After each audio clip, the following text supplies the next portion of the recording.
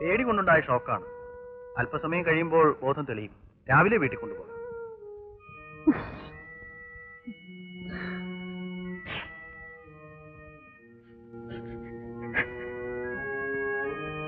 ഇന്നലെ രാത്രി ഗോപി സാർ ഇവിടെ നിന്ന് ഇറങ്ങി ഓടുന്നത് കണ്ടു. കയ്യിലൊരു മാലയുണ്ടായിരുന്നു. നിങ്ങൾ ശരിക്കും കണ്ടോ? ഗോപി സാർ തന്നെയാണോ? അതെ സാർ, ഞാൻ ശരിക്കും കണ്ടതാ. മോളെ വാ. തുളസി, ഞാൻ നിർബന്ധിക്കുന്നു വിചാരിക്കരുത്. കല്യാണക്കാര്യത്തെ കുറിച്ചാണോ സാർ പറയുന്നത്? അതെ, കല്യാണം കഴിച്ചേ തീരുന്ന ആഗ്രഹം കൊണ്ടല്ല. ഞാൻ നിമിത്തമാണ് തുളസിക്ക് ഗതികേട് വന്നത്. എന്നോട് അവിടെ വരരുതെന്ന് തുളസി പ്രത്യേകം പറഞ്ഞു. എന്നിട്ടും ഞാൻ വന്നു. ഇപ്പോ തുളസിയുടെ വീടും എല്ലാം നഷ്ടപ്പെട്ടില്ല. അതൊന്നും സാരമില്ല സാർ, എനിക്കതിൽ ദുഃഖവുമില്ല. എനിക്ക് ദുഃഖമുണ്ട്. തുളസിക്ക് നല്ലൊരു ജീവൻ തരണമെന്ന് ഞാൻ ആഗ്രഹിക്കുന്നു. നോക്കൂ തുളസി, എനിക്ക് പ്രായക്കൂടുതലുണ്ട്. തുളസിയെ കാണുന്നതിന് മുമ്പ് കല്യാണത്തെക്കുറിച്ച് ഞാൻ ചിന്തിച്ചിട്ടില്ല. എന്താ കാര്യമെന്നറിയാം? എന്റെ ഒരു സ്നേഹിതന്റെ ഭാര്യ അവനെ വഞ്ചിക്കുന്നത് നേരിൽ കണ്ടവനാണ് ഞാൻ. ആ കാഴ്ച എന്നെ വല്ലാതെ തളർത്തിക്കളഞ്ഞു. അതിനുശേഷം വിവാഹത്തെക്കുറിച്ച് ഞാൻ ചിന്തിക്കാൻ പോലും തയ്യാറായില്ല. എനിക്ക് വേണ്ടി കാത്തു നിന്നിട്ട് രക്ഷയില്ലെന്നറിഞ്ഞ് എന്റെ അനുജൻ വരെ വിവാഹം കഴിച്ചു. ഇപ്പൊ ഞാനിതാ തുളസിയുടെ മുമ്പിൽ നിൽക്കുന്നു, തുളസിയുടെ സമ്മതത്തിന് വേണ്ടി. എന്തു പറയുന്നു?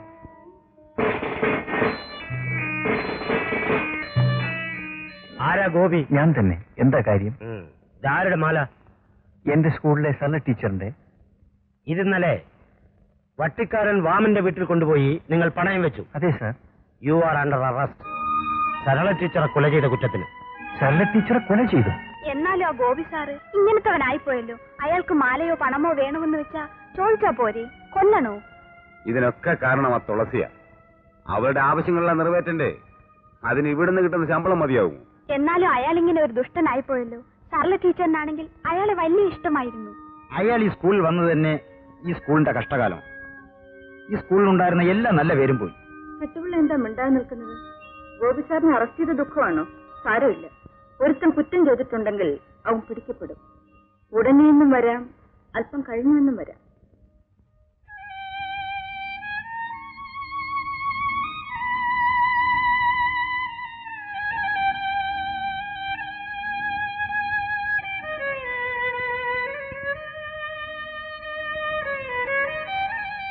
വരാനുള്ളത് വഴി തങ്ങില്ല സാർ. സാറ് കുറ്റം ചെയ്തിട്ടില്ലെന്ന് എല്ലാവർക്കും അറിയാം. സത്യം അധികകാലം മറഞ്ഞു നിൽക്കില്ല സാർ.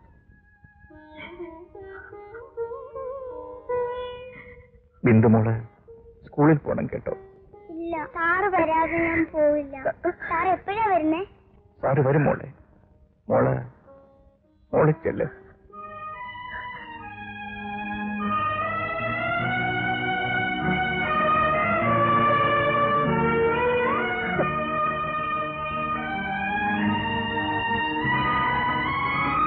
എന്റെ പൊന്നുമുത്തി, എന്റെ കല്യാണത്തിന് മുൻപ് സാറിനെ ജയിലിൽ നിന്ന് വിടണേ.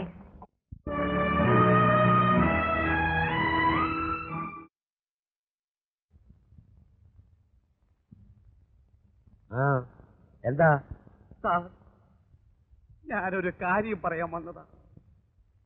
സരള ടീച്ചറെ കൊന്നത് ഗോപി സാറല്ല, ഞാനാണ് സാർ. എന്ത്? നിങ്ങളോ? അതെ സാർ. അന്ന് എന്റെ മകന് അസുഖം കൂടി. എന്താ മനുഷ്യനെ നോക്കിയിരിക്കുന്നേ? വേഗം ചെന്ന് ഡോക്ടറെ വിളിച്ചോണ്ട് വാ. എന്റെ കയ്യിൽ കാശ് പോലുമില്ല. കടം ചോദിച്ചാലോട്ട് ആരും തരത്തുമില്ല. എട്ടുകാലി പോലും പട്ടിക്കാരും മാമന്റെ കയ്യില്ല. നിങ്ങൾ എന്താ ഇങ്ങനെ ഇരിക്കണേ? കൊച്ചു ചാവണത് കാണാനിരിക്കുകയാണോ? ഞാൻ എവിടുന്ന് കാശുണ്ടാക്കാനാ? ആരെങ്കിലും കണ്ട് ചോദിക്കും. തന്നെ എന്റെ ഭഗവതി, എന്റെ കുഞ്ഞിനൊന്നു വരുത്തല്ലേ. ഞാനൊന്ന് നോക്കട്ടെ. നാരായണ, ഒരു 10 രൂപ തന്നേ. മോന് സുഖമില്ലാതെ കിടക്കുക, മരുന്ന് മേടിക്കാനാ. വേറെ പണി വല്ലതും ഉണ്ടോ നോക്കിയിട്ടുള്ളേ. തരാനുള്ളത് തന്നിട്ടില്ല, പിന്നെ 10 രൂപ. തനിക്ക് നാണമില്ലല്ലോ ചോദിക്കാൻ. മുഖം മൂടി ആക്രമണം. 45 വയസ്സുള്ള വയസ്സിത്തള്ളയെ കൊന്ന് അലമാരിയിലിരുന്ന ആഭരണങ്ങൾ മോഷ്ടിച്ചിരിക്കുന്നു. എങ്ങനെ ഇരിക്കുന്നു? ആ, 16 വയസ്സുള്ള കോളേജ് കുമാരിയെ കൊന്നവനെ തെളിവില്ലാതെ വെറുതെ വിട്ടിരിക്കുന്നു. ചോദിക്കാനും പറയാനും ആരുമില്ലാത്ത കാലമല്ലേ. ഇവിടെ എന്ത് നടന്നാലും ആർക്കും ഒരു ഖേദവുമില്ല.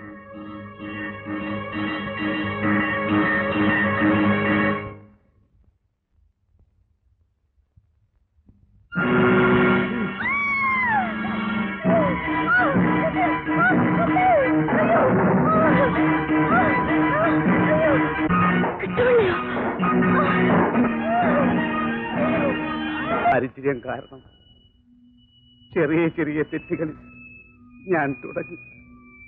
അവസാനം വലിയൊരു തെറ്റിൽ ചെന്ന് അവസാനിച്ചു. ഞാൻ മഹാഭാവിയാണ് സാർ, മഹാഭാവിയാണ് സാർ. മോളിനി സ്കൂളിൽ പോയിക്കോ. ഞാൻ സാറിന്റെ കൂടെ പോവും. എന്താ പെണ്ണേ, പതിവില്ലാതൊരു മൂളിപ്പാട്ടും പറ്റും. പോ തുളസി കുഞ്ഞ്, മുത്തിയമ്മ സ്നേഹമുള്ളവളാ. ആ, അല്ലെങ്കിൽ പിന്നെ എന്റെ കല്യാണത്തിന് മുൻപ് സാറിന് വരാൻ പറ്റുമോ? മുത്തിയമ്മ കിട്ടുള്ളേ കൊണ്ട് സത്യം പറയിപ്പിച്ചതാ. വരുമോളെ.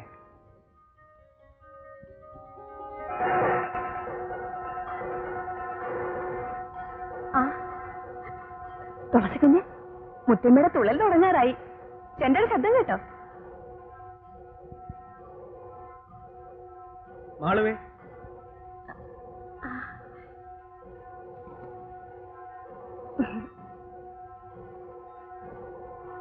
ചന്തയ്ക്ക് പോവുക. എന്തൊക്കെയാ വേണ്ടത് വെച്ചൊരു തുണ്ട് കുറിച്ചിതാ. എനിക്കൊന്നും വേണ്ട, ഒന്ന് വേഗം വന്നാ മതി. എങ്ങനെയാ വേഗം വരിക? സാധനങ്ങളൊക്കെ വാങ്ങണ്ടേ? വാങ്ങിയാലുടൻ ഞാൻ ഓടി വരില്ലേ എന്റെ മാളുക്കുട്ടിയുടെ അടുത്തേക്ക്? പറ, മാളുക്കുട്ടിക്ക് എന്താ വേണ്ടേ? പറയട്ടെ. ആ, പളുങ്ക് വെച്ച് സിന്ദൂര ചെപ്പ്. അതിന്ന് ഞാൻ എങ്ങനെയാലും വാങ്ങിക്കൊണ്ടുവരും. വാ പോവാം. ആ,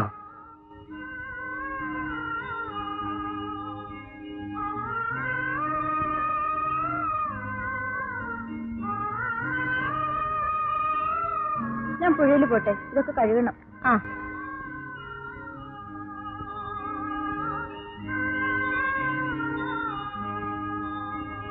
എന്റെ സുന്ദരി കുട്ടിക്ക് ഞാനിന്ന് സിന്ദൂരം തൊട്ട് വരാം.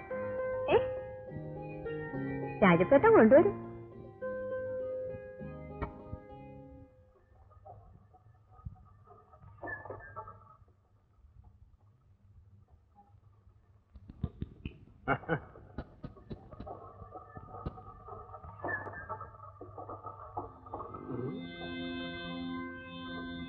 എന്താ കാമുണ്ണം? പ്രതീക്ഷിച്ചിരുന്ന സമയം വന്നു. ദേവനും രാജപ്പനും ചന്തയിൽ പോണം. വാദ്യാര് സ്കൂളിൽ, മാണു വീട്ടിൽ. അത് വേണ്ട ദാമുണ്ണ, നാളെ ആ പെണ്ണിന്റെ കല്യാണമാണ്. ഉടനപ്പേ കല്യാണം നടക്കും. അതിനു മുമ്പേ മാളു, ദേ ചിന്തുരിച്ചപ്പ് കൊണ്ടുവന്നു. നല്ല ചിന്തുരിച്ചപ്പ. ദേ നീ പറഞ്ഞ സിന്ദൂരച്ചപ്പ്.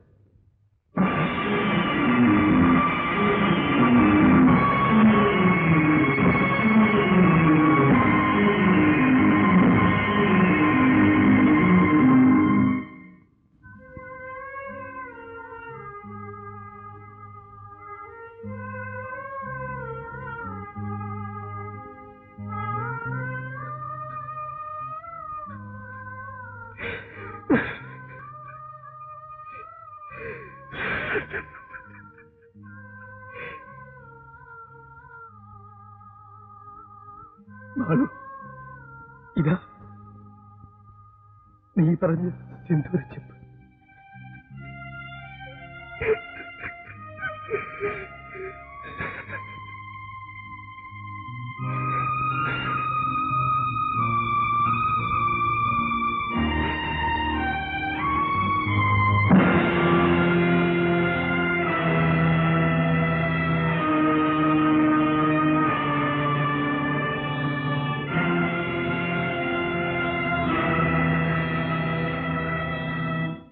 കാളറാമ് വിചാരിച്ചൊന്നും ഇതുവരെ നടക്കാതിരുന്നിട്ടില്ല. ദാമുണ്ണ, കൈ കിട്ടിയിരുന്ന ഏലസ് എവിടെ? ഇതാ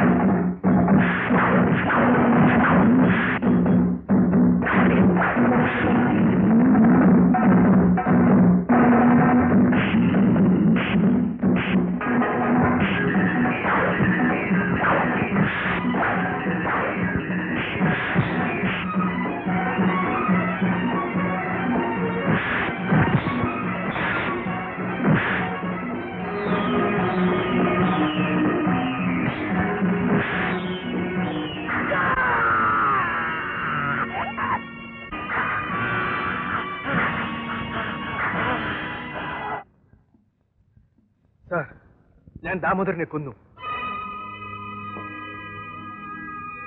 ഗോപി സാറിന് സ്ഥലമാറ്റമാണ്. എങ്ങോട്ടാ സാർ? സാറിന്റെ നാട്ടിലേക്ക് തന്നെ, ഉണ്ടക്കയത്ത്. വളരെ സന്തോഷം സാർ. ഇനി ഗോപി സാർ അറിയാത്ത ഒരു കാര്യം ഞാൻ പറയാം. ഞാൻ DEOയെ കണ്ടിരുന്നു. സ്ഥലം മാറ്റം സാറിന്റെ നാട്ടിലേക്ക് തന്നെ ആയിരിക്കണമെന്ന് ഞാൻ പ്രത്യേകം പറഞ്ഞു. എന്താണെന്നോ കാരണം? ഇത്രയൊക്കെ കുഴപ്പങ്ങൾ ഉണ്ടായ സ്ഥിതിക്ക് സാറിന് ഇവിടെ തുടരാം. പക്ഷേ സാർ ശിക്ഷിക്കപ്പെടാനോ പിന്മാറാനോ പാടില്ലെന്ന് എനിക്ക് നിർബന്ധമുണ്ടായിരുന്നു. കാരണം താങ്കളെപ്പോലുള്ള അധ്യാപകർ ഈ സ്ഥാപനത്തിന് ആവശ്യമാണ്. എല്ലാവരും മുഖംമൂടി അണിഞ്ഞ് മാന്യന്മാരാകുന്നവരാണ്. അധ്യാപകരിലും ചുണയും ചുറുചുറുക്കും ഉള്ളവരുണ്ടെന്ന് സാർ തെളിയിച്ചു. എനിക്ക് അഭിനന്ദനങ്ങൾ. ഞാൻ ഇറങ്ങട്ടെ സാർ. അങ്ങനെ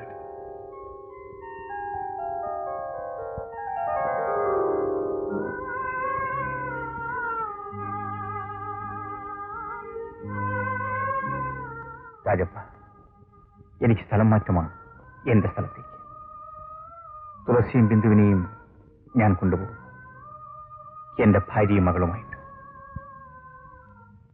രാജപ്പനെ ഈ നിലയിലാക്കിയിട്ട് പോകാൻ എനിക്ക് സങ്കടമുണ്ട്. എനിക്കൊരു സങ്കടവുമില്ല സാർ. എന്റെ മാളുവിനെ കൊന്നവനെ ഞാൻ കൊന്നു. അതൊരു നേട്ടമല്ലേ സാർ? തീർച്ചയായും. കഴുകുമരത്തിൽ കയറാൻ ഞാൻ തയ്യാറാണ് സാർ. അങ്ങനെ തീർത്തു പറയണ്ട. രാജപ്പന് വേണ്ടി വാദിക്കാൻ ഏറ്റവും സമർത്ഥനായ ഒരു ക്രിമിനൽ വക്കീലിനെ ഞാൻ ശുപാർശ ചെയ്തിട്ടുണ്ട്. രൂപയും കൊടുത്തു. ഇനി എത്ര വേണമെങ്കിലും കൊടുക്കാമെന്നും പറഞ്ഞിട്ടുണ്ട്. ഒരു വേള രാജപ്പൻ ശിക്ഷിക്കപ്പെട്ടില്ലെന്ന് വരാം. എന്നെ ശിക്ഷിക്കട്ടെ സാർ. എന്നെ തൂക്കിക്കൊല്ലട്ടെ. എനിക്കാകെ ഉണ്ടായിരുന്ന എന്റെ മാളു പോയി. ഞാനിനി ആർക്കു വേണ്ടി ജീവിക്കണം സാർ? ബന്ധങ്ങൾ ജനിക്കുകയും തകരുകയും ചെയ്യുന്ന ഒരു ലോകത്താണ് നാം ജീവിക്കുന്നത്. മറക്കുക എന്ന് പറയുന്നത് ക്രൂരമാണ്. എങ്കിലും മറക്കാൻ ശ്രമിക്കുക. രാജപ്പനെ കാണാൻ ഞാൻ ഇനിയും വരും. സേവന് വേണ്ടതൊക്കെ ചെയ്യാൻ ഒരാളെ ഏർപ്പാട് ചെയ്തിട്ടുണ്ട്. ഞങ്ങൾ വരട്ടെ.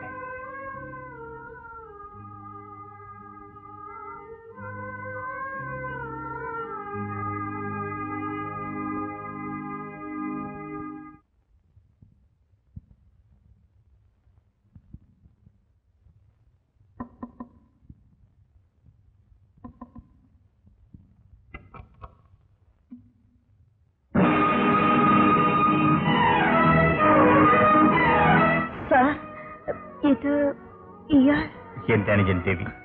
ഇയാളാണ്? എനിക്കറിയാം. തുളസി എന്ന് ആ ഫോട്ടോ എന്നെ കാണിച്ചില്ലേ? അപ്പോഴേ എനിക്ക് മനസ്സിലായി. അതുകൊണ്ടാണ് തുളസിയെ കൂടുതൽ നിർബന്ധിച്ച് ഞാൻ എന്റെ ഭാര്യയാക്കിയത്. രവി, ഇത് എന്റെ ഭാര്യ തുളസി. ഇത് എന്റെ മകൾ ബിന്ദു. തുളസി, കഴിഞ്ഞതെല്ലാം മറന്നേക്കും. എന്റെ ഭാര്യയാണെന്നുള്ള ഉറച്ച വിശ്വാസത്തോടെ വലതുകാൽ വെച്ച് അകത്തേക്ക്